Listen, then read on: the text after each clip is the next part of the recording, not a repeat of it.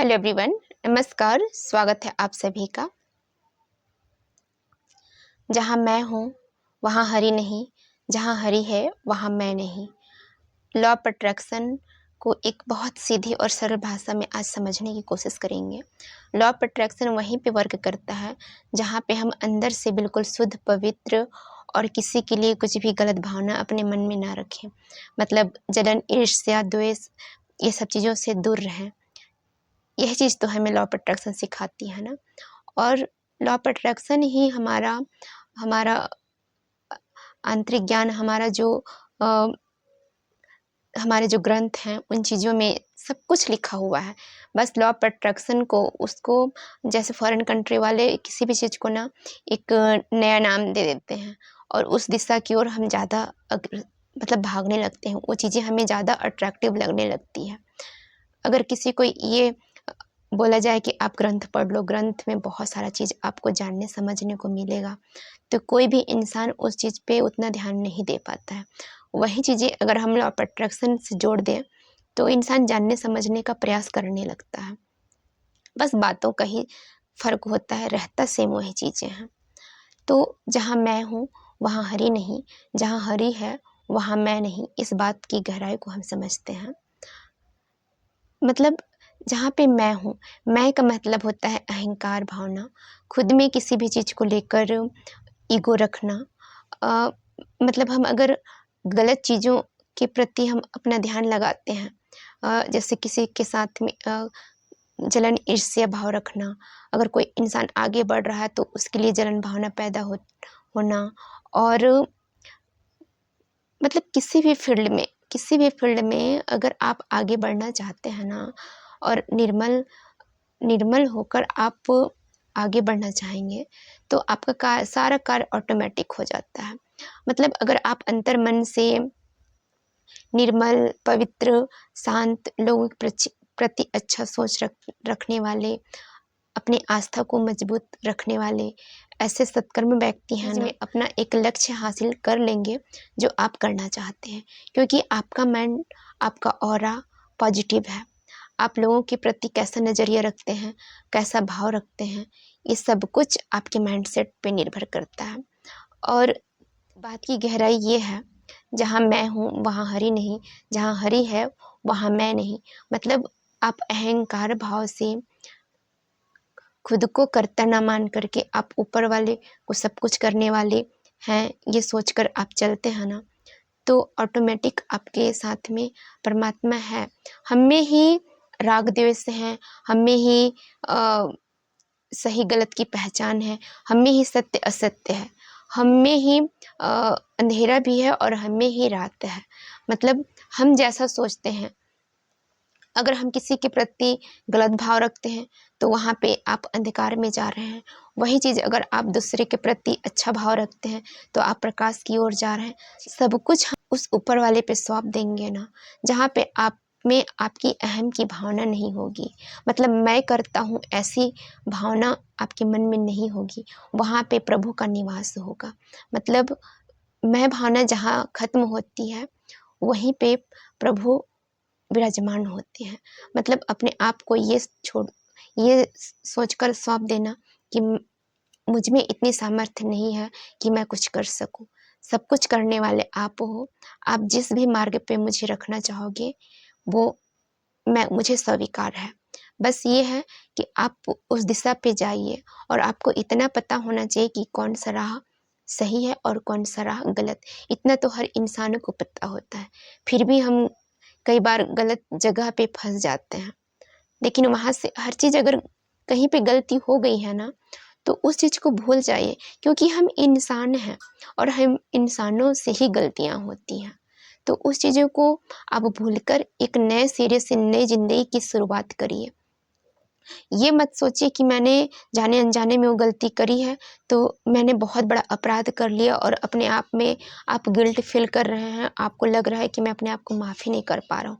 लेकिन अगर आप में ये भावना बनी बनाई रहेगी ना तो अंदर ही अंदर आपको ये भावना आपको ठेस पहुँचाती रहेगी और आपको ये भावना आपको अंदर ही अंदर आप में जख्म पैदा करना स्टार्ट करेगी। इससे इसका प्रभाव ये होगा कि आप अंतर्मन से दुखित रहेंगे तो बाहरी चीज़ें आपका अच्छा हो ही नहीं पाएगा। और धीरे धीरे जब यही चीज़ें रहेंगी ना तो वही चीज़ें हमें रोग के रूप में बाहरी दिखाई देने लगते हैं। इसलिए आप अपने अंतर्मन को शुद्ध रखिए, अपने अंतर्मन की साफ सफाई करिए, क्योंकि आप अंतर्मन की साफ सफाई कर लेंगे ना तो बाहरी चीज़ें तो ऑटोमेटिक साफ हो जाएगी। ये 100% सत्य है, क्योंकि जहाँ पे प्रभु का निवास हो वहाँ पे मैं भावना का आने देना सही नहीं होता। हम मैं भावना से जितना दूर रहेंगे, मतलब मैं कर रहा हूँ, मैं परिवार चला रहा हूँ, मेरे ही माध्यम से सारी चीज़ें हो रहा है, मेरे ऊपर सारा भार है, मतलब आप अपने आप को ये समझ कर बैठ लिए हो कि मैं ही कर रहा हूँ। आप में इतनी सामर्थ्य नहीं है कि आप कुछ कर सको। आपको सिर्फ एक माध्यम बनाया गया है उस परिवार और उस फैमिली को चलाने के लिए। आपको एक माध्यम बनाया गया है। तो आप ये मैं भावना से दूर हटकर आप ये सोचें कि मुझ में इतना सामर्थ्य और मुझ में इतना काबिलियत देने के लिए आपका धन्यवाद प्रभु, क्योंकि अगर आपकी दया ना होती तो शायद मैं आज इस जगह पे या फिर इस लायक ना होता कि मैं कुछ कर पाता। क्योंकि मेरे साथ में जो भी चीज़ें हो रही है, जो भी चीज़ें मैं कर रहा हूँ, सब कुछ आपकी मर्जी के द्वारा ही हो रहा है। मैं सिर्फ एक माध्यम हूँ। जब आपकी भावना ऐसी हो जाएगी ना, यकीन मानिए आपके साथ में चमत्कार होंगे, क्योंकि ईश्वर आपके साथ में सदैव रहता है। बस शर्त यह है कि आप उस चीज़ को फील तो कर पाइए। कहीं से भी हो सकती है, हो सकता है आपको ये वीडियो अभी मिली तो हो सकता है इसको आप सुनकर जो भी आपके पास्ट में हुआ हो उस चीज़ को भूलकर एक नए सिरे से ज़िंदगी जीना स्टार्ट कर दें। मतलब आप अंतर्मन से आप एक चीज़ समझिए, अगर ज़िंदगी में आपको बहुत बड़ा रिजल्ट क्रिएट करना है, आप चाहते हैं कि मैं ज़िंदगी में बहुत बड़ा मतलब मैं किसी के काम आऊँ, लोग मेरी बातों से इंस्पायर हों, या फिर लोग मुझसे प्रेम करें, या फिर मुझे इस जिस भी फील्ड में आगे बढ़ना है उस फील्ड का मैं बहुत अच्छा बॉस बनूँ और लोग मुझे रिस्पेक्ट भी दें, मेरी बातों को फॉलो करें और मुझे वो मान सम्मान प्यार भी मिले, तो आपको खुद वो लायक बनना होगा, तभी आपको सारी चीज़ें मिलना स्टार्ट होगा। तो खुद में आप परिवर्तन लाइए।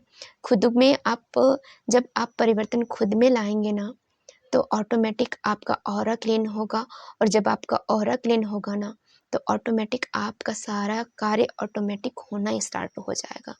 आपको इंसान बाहरी चीज़ों से सिर्फ हमें बाहरी चीज़ें सिर्फ हमारा व्यवस्था हमें मिलती है, सारी बाहरी चीज़ें जो भी हमें मिलती हैं ना वो सिर्फ हमें हमारे जीवन यापन करने का एक साधन मात्र मिलता है। लेकिन सबसे बड़ी खुशी तो हमारा अंतर्मन से हमें मिलता है। हम अंतर्मन में कैसे सोच रहे हैं, हमारा विचार कैसा है, वो चीज़ें बहुत ज़्यादा मायने रखती हैं हमारी ज़िंदगी में। और आप अभी किसी भी सिचुएशन से गुजर रहे हो, आप हमेशा ये ऐसे ही रहेंगे ये तय नहीं है। परिवर्तनशील संसार है, यहाँ पे परिवर्तन होना ही होना है। आप जिस भी सिचुएशन पे अभी हो, आगे चल के आप बहुत अच्छी जगह पे पहुँच सकते हैं। आप आगे चल के बहुत अच्छा इंसान भी बन सकते हैं, क्योंकि जिस दिन आप पे उस प्रभु की कृपा बनेगी, जिस दिन आपको लगेगा कि नहीं मैं गलत राह पे जा रहा हूँ, जब ये भावना आप में आना स्टार्ट होगी ना तो यकीन मानिए आप में वो परिवर्तन आना स्टार्ट हो गया है।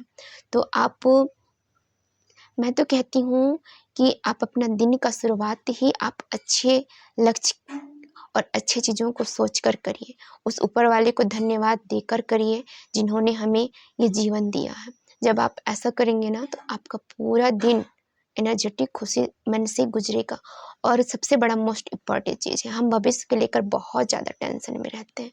भविष्य को छोड़ दीजिए, आपका वर्तमान आज है, और आज आप ये डिसाइड करिए कि मुझे क्या क्या करना है और मुझे किस दिशा पे आगे बढ़ना है, और मैं क्या ऐसा वर्क करूं जिससे कि लोग, या फिर मुझ में क्या ऐसी क्वालिटी है जिसको मैं इम्प्रूवमेंट करके आगे बढ़ सकता हूँ। ये चीज़ें ज़्यादा मायने रखती हैं। तो आप ये चीज़ें करिए, स्टार्ट करिए। आज का दिन को आप खुशी मन से जीना स्टार्ट करिए। आज का पूरा शेड्यूल आप रखिए कि मुझे, जब भी आप सोते हैं ना सोते टाइम में आप रिलैक्स होकर सोइए, कोई टेंशन नहीं, कुछ भी नहीं। जो जो भी ऊपर परमात्मा देखेगा, जो भी वो करेगा, वो उसके ऊपर में है। क्योंकि कई बार हम हमेशा इसी आस में जीते हैं कि भविष्य हमारा कैसा होगा, भविष्य हमारा कैसा होगा, जबकि भविष्य कभी आता ही नहीं है। हम वर्तमान में हमेशा जीते हैं, यह सबको पता है, मगर हम भविष्य की चिंता को लेकर वर्तमान की स्थिति भी खराब कर बैठते हैं। जो भी वक्त है, आज का दिन को आप कैसे जी रहे हैं, कैसे लोगों के साथ में आप कनेक्ट हो रहे हैं, आप आज क्या-क्या कर रहे हैं, ये ही चीज़ आपका भविष्य निर्धारित करेगी। आज आज में आप खुशी मन से जीना स्टार्ट करिए, आज के दिन को पूरा एन्जॉयमेंट होकर जीना स्टार्ट करिए, आपकी ज़िंदगी में सब कुछ अच्छा होगा।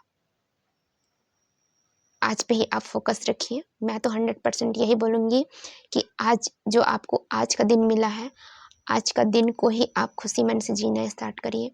आज आप क्या-क्या करेंगे, इस चीज़ का आप एक डायरी में आप नोट लिखिए, एक शेड्यूल बनाइए कि आप क्या-क्या करना चाहते हैं, वो चीज़ें फिर आप फुलफ़िल करिए। बर्डन में लेकर नहीं कि मुझे करना ही है, ऐसा नहीं। आप स्टार्ट करेंगे, धीरे-धीरे वो चीज़ें हैबिट में आना स्टार्ट हो जाएगा, और जिस दिन हैबिट में आ गया, आपको लगेगा कि सब कुछ नॉर्मल है। ये मेरे दिमाग में है, मैं कर लूँगी। आप लोगों को मेरा वीडियो कैसा लगता है, आप मुझे लाइक कमेंट्स करके ज़रूर बताइएगा, क्योंकि अगर आप लोगों का कमेंट्स आएगा ना, तो मुझे भी बहुत अच्छा फ़ील होता है। आप सभी को थैंक यू। और